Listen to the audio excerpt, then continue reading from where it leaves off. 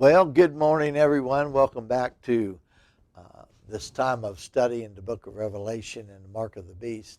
I am Pastor Mike Groot. Glad to be with you today and glad to have those on YouTube also joining us, and like to continue what I've been teaching on transhumanism, what could possibly be the effects of transhumanism. How does it work into the Mark of the Beast? Well, there's some that believe it's very, very likely that transhumanism plays a big part in the coming technological age, especially the one when it comes to the singularity. And that's what we're going to talk about today. The singularity, what is it? Where does it fit in? Possibly. No one has 100% on everything, but there is a lot of good points that really point to it, because there's a lot going on with humanity during this time. Again, I'd like to reiterate, the church won't be here, but we're here now, and we see these things vastly approaching in just a great way.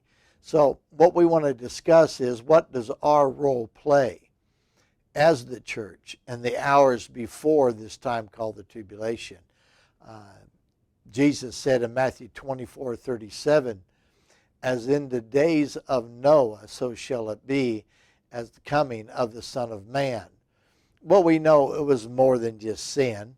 The world's been sinful since man fell into the depths of depravity through the works of Satan in tricking Adam and Eve in the garden, promising them to become gods, Elohims, in other words, people that knew more than just humanity, and knowledge that was worth looking into, and trick them.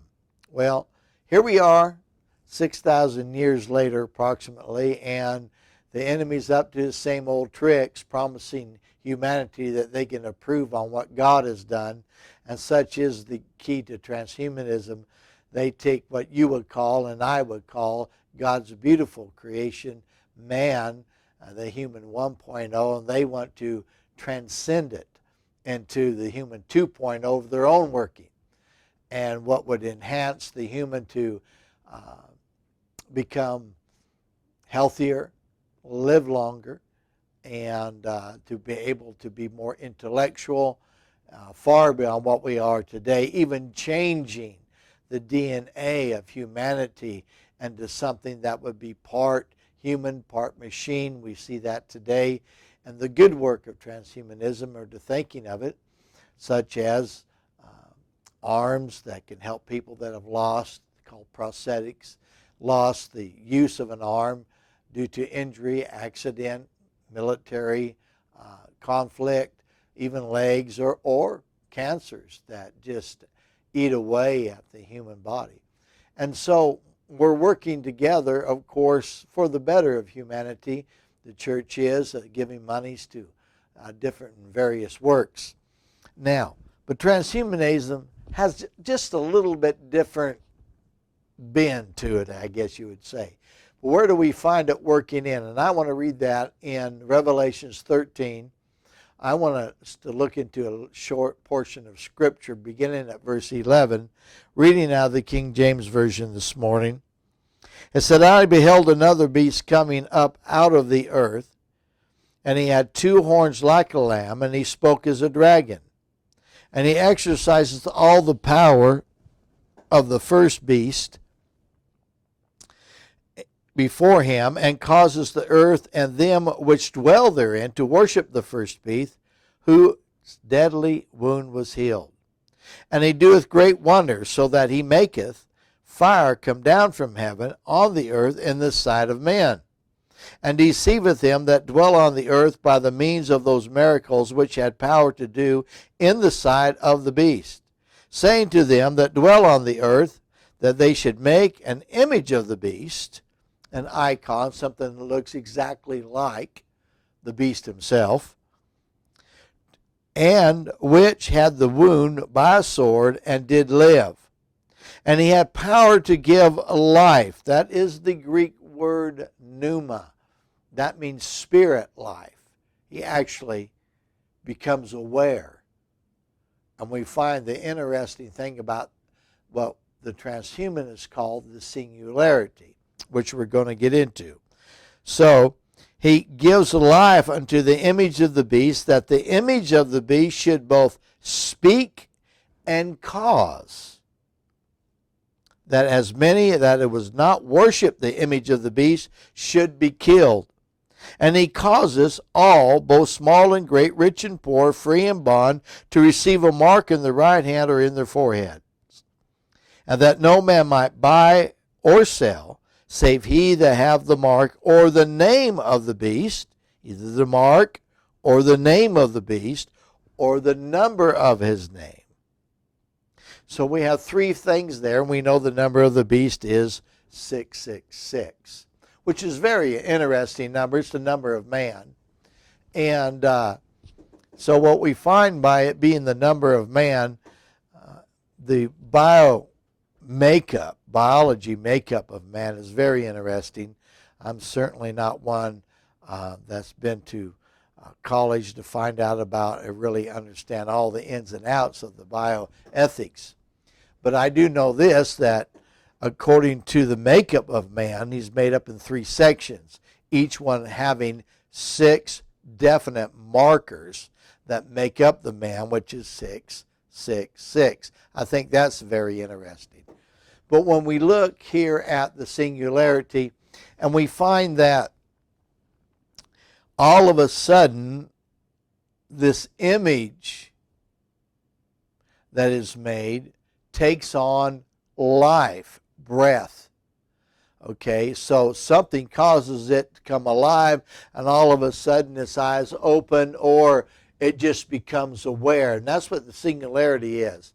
The ones that are really heading this up, Ray Kurzweil and Elon Musk, just for a few names out there that you may be familiar with, Bill Gates, Joe Guerrera, and just many others, we find that they're striving to help humanity evolve because they don't want to die.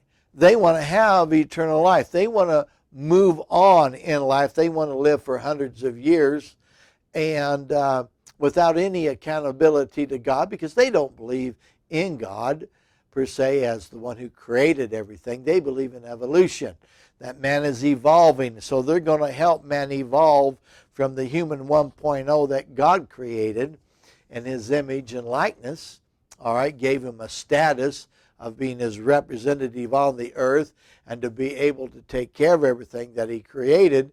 They're going to cause human 1.0, they call it the H plus, human plus, and they're going to cause it to be stronger, smarter, and it will live longer. And if possibly everything goes right with the singularity, they're going to be able to take their brain, which they don't understand. They think that all the essence of life is in the intellectual part of humanity, the brain that's able to think, stores all the memories, makes all the intellectual decisions.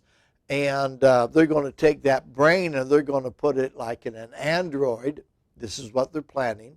Been working on it for decades, as a matter of fact.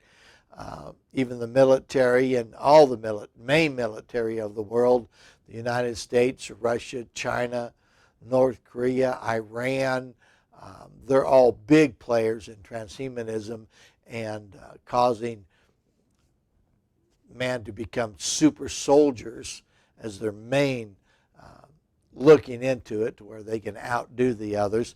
Plus there is also the desire to bring humanity into where we can cure cancer through all of the bioethicists, all of the eugenics, nanotechnology, and everything. So anyway, not to bore you with all the acronyms.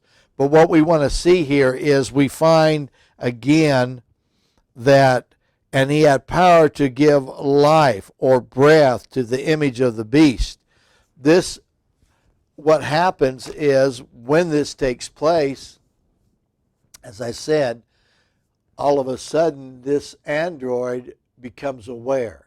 I don't know if you're familiar with really what Hollywood also helps in portraying this to get the thoughts of transhumanism into the minds of this generation through the Avengers, Marvel, where you have all these people with all these superpowers. And so it's quite interesting. We also find in the book of Revelation in chapter 9, these people that actually take the mark of the beast when these plagues begin to happen.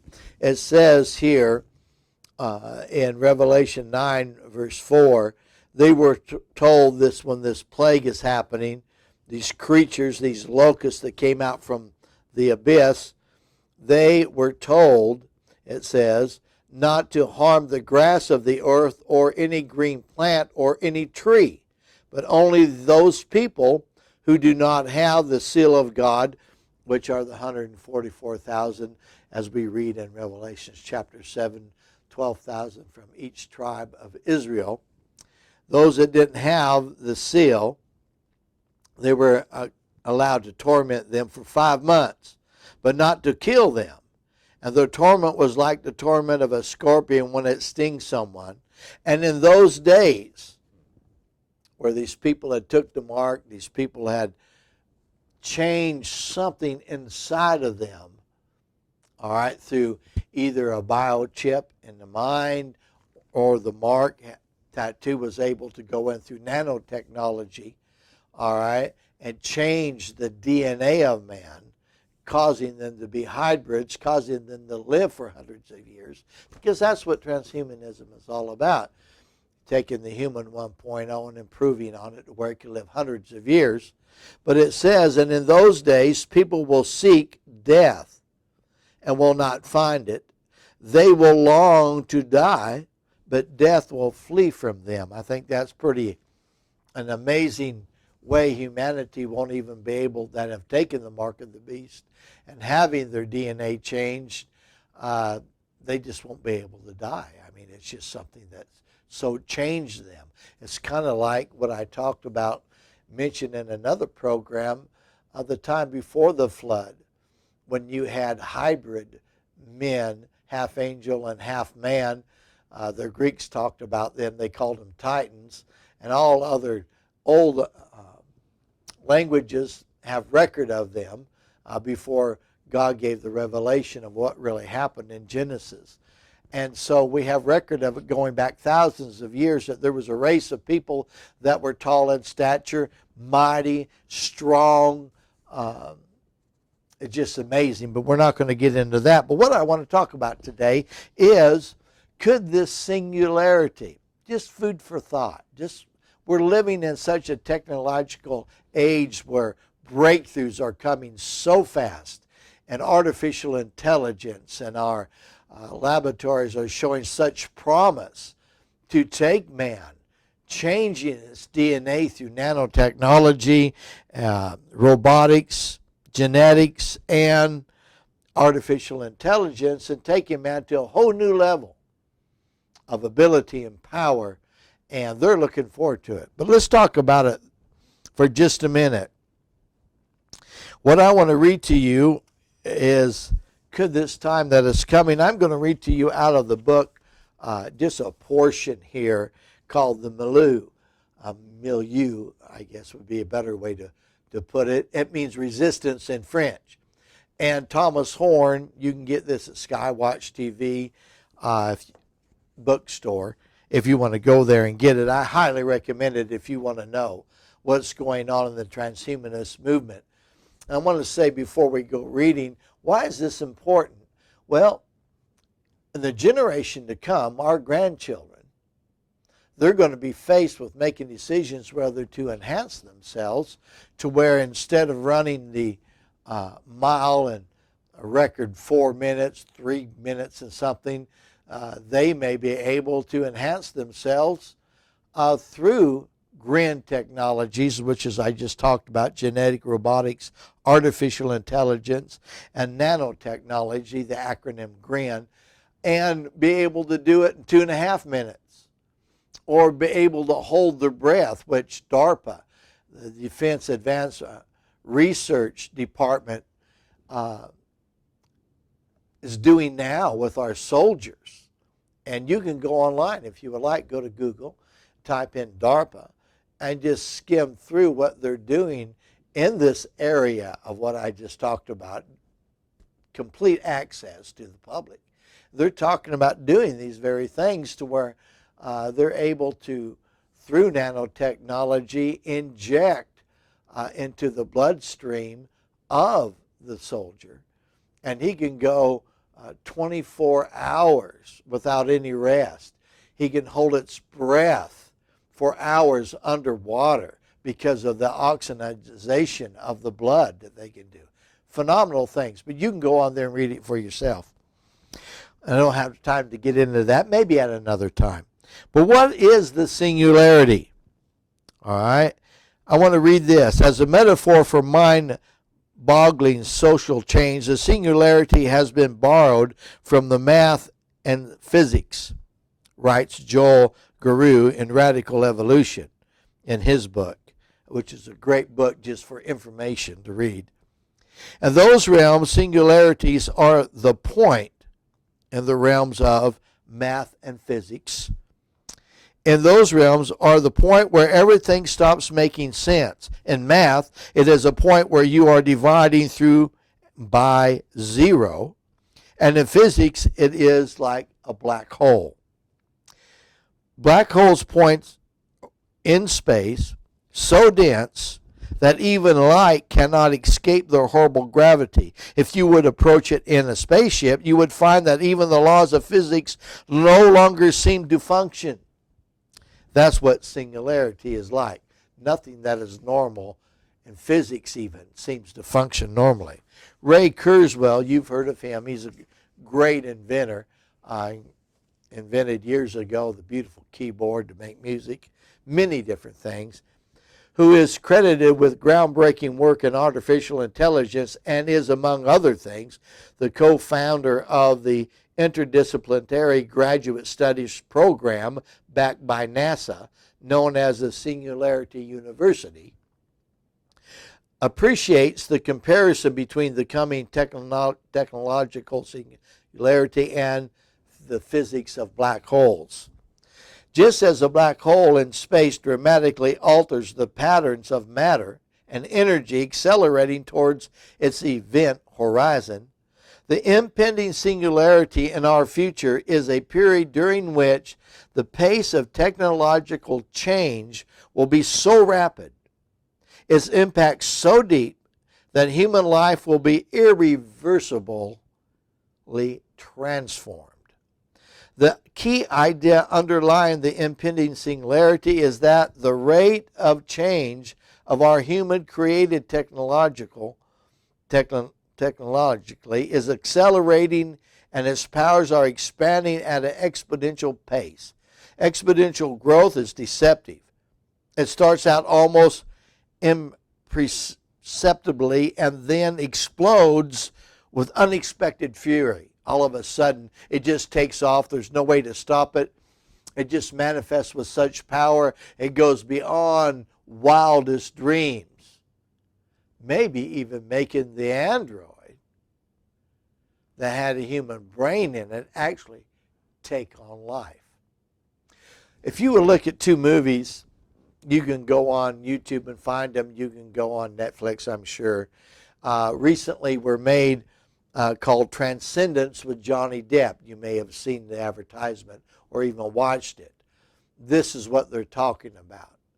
Taking man from 1.0, bringing him all the way through to where it actually takes on and lives in a machine, which could be something physical as a human or just a, computer laying over there with all these things. You've seen that in one of the Avenger movies. To where the doctor had been put on the computer, and anyway, we'll let you figure all that out. But another one is Ghost in the Shell, starring Scarlett Johansson. And what it does is this is what their dream is. In other words, she is a special agent. She gets killed. And because she had so much knowledge and so much insight in the, I guess you would say, military agenda, all right, covert operations, that they take her brain and they make a shell for her out of robotics that is supernatural in power and strength, and they even make her face the same as what she looked like when she was a human. There's many movies out about this. But anyway, she takes on this machine and she continues to live out and do what she did before. All right? In other words, Ghost in the Shell is taking the human brain, thinking it's where the soul is. They don't understand that the soul and spirit, when it leaves the body, is gone. It's gone to heaven. And to be absent from the body, Paul said, is to be present with the Lord. So anyway, I just wanted to throw those two movies out there. If you really want to watch them and see where the world is taking the singularity, let me read something here. Our version of 1.0, biological bodies, Ray Kurzweil continues on talking and saying, are frail and subject to a myriad of failure modes. The singularity will allow us to transcend these limitations. We will gain power over our fates. Our morality will be in our own hands. Get that? No accountability to God, because to them God doesn't exist. As a matter of fact, they have been into the old lie of Genesis 3, where Satan said, you shall be as gods. You shall have the knowledge of the gods, the Elohims. All right? And I'll do another teaching on Elohim again. I did it once, but the body of Christ, and a lot of us really don't understand that that is used 2,602 times in the King James Version. 2,300 times it's singular as God, as we know, Yahweh. All right? The other 200 and some times it's used as little gods, Elohims, sons of God, those divine beings in the other realm. All right. 3 times it's used as judges, but the people that were in judges on the earth were actually taking them to stand before Elohim. All right. They were not actual Elohims, because no physical being is an Elohim. He's in the other realm. He's divine. He's part of the unseen realm. All right. So let's move on. It says that we will gain power over our fates. Our mortality will be in our own hands, and the non-biological portion of our intelligence will be trillions of times more powerful than unaided human intelligence. We are now in the early stages of this transition. The acceleration of the paradigm shift, as well as the exponential growth of the capacity of information technology, are both beginning to reach the knee of the curve, which is the stage in which an exponential trend becomes noticeable. Shortly after this stage, the trend becomes explosive. Soon the growth rates of our technology will be indistinguishable from ourselves, will be too steep as to appear essentially vertical. That, at least, will be the perspective of the unenhanced biological humanity. So, what I'm trying to make without reading much more of what Brother Tom Horn wrote, it's really bringing us into an understanding, as Chuck Missler famously pointed out in The Hybrid Age, it's coming. It's upon us, actually. They've been doing studies about this for decades through our government, thousands of laboratories all over the world, and governments are racing towards the what Hitler wanted to create, the Übermensch, a super soldier doing his horrid eugenics and everything he did to all, not only the Jews during the camps during World War II, but just millions of others that he did tests on. But unfortunately, it started in about the 1920s here in America, and that's where he got the idea of eugenics and began to be interacting with them during that time, finding out information, sent spies over to spy on us and what we were doing. And that's where he got the idea. And I'm not blaming everything on America. This is just something that's been going on for 100 years. And we're just now getting wind of it because it's something that is so obvious now. You just look at what you have on TV, the cartoons for our children, the things taught in our schools, the just onslaught about humanity. Oh, it's so boring to be human. Let's go post-human. I even saw an advertisement the other day on TV where the child was talking to the parents, saying, Mom, I'm different. I have some different ideas, and they're thinking transgender, right? And they're saying, yes, I know, honey, we understand. And she goes, well, no, it's not that. Oh, well, you're gay. No, I'm not gay. I want to lose this body and become a machine and put my brain in a machine. So they are causing this generation to look at being human 2.0 as a transcendence into something that is just beautiful. All right, and it will live forever. It will receive eternal life, whether, like I said, it be in a machine or an android that they're making up to look just like humans today, and using the person to operate it that looks just like the person, right? With their thinking, the machine talks by their thinking. And that's what you do with all these things. So I think it's just amazing and a possibility. Could it be? I'm asking you to look into it and see what you think. Could it possibly be that there will come a time that this image of the beast becomes aware what Ray Kurzweil and Elon Musk and all of the others talk about, the singularity? They think it's going to come around between the year 2035 to 2045. That's not far away. And so, as we look into this and bring out what's going on and the darker aspects of transhumanism, like I say, there's a lot of good things that come out of it. We have the work that causes people that have suffered brain trauma because of concussions from explosives in the military or trauma from car wrecks.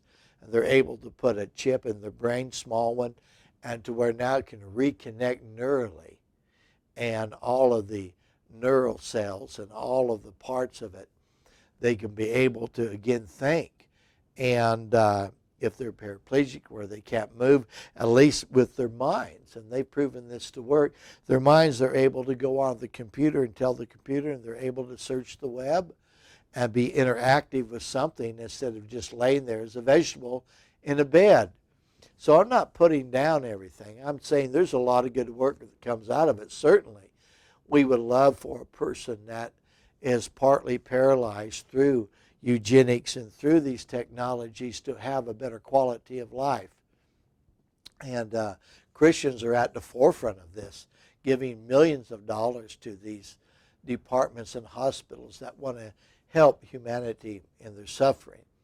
But the dark side of it is they're taking God totally out of the picture, and they're wanting to change themselves and be enhanced just to be better than what God created, even to the place of changing their DNA. Once you do that, we find that there's no way that these people in Revelations 13 can even be saved.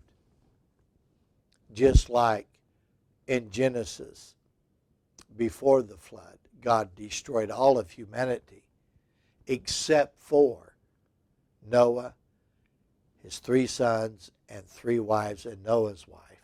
The ones before that were hybrids.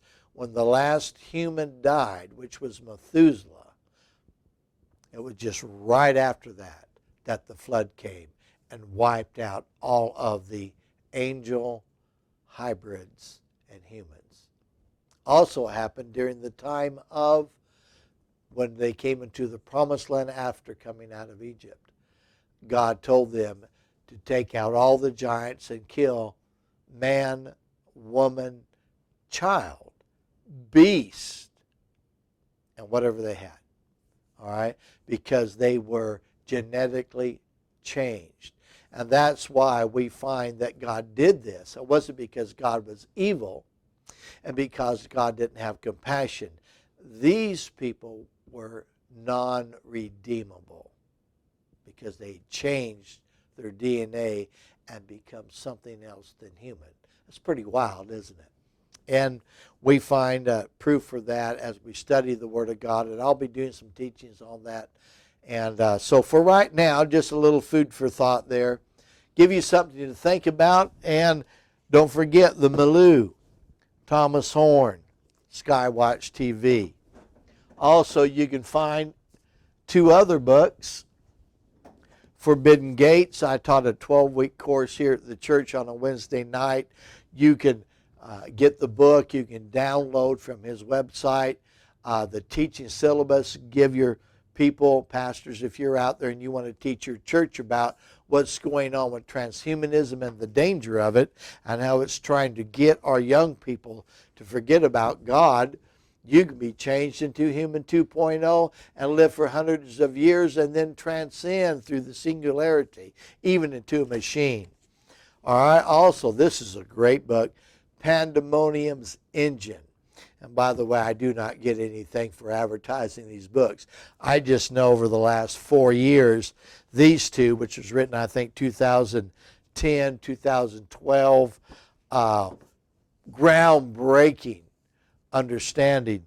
This is a recent one I got a couple of years ago, the Malou.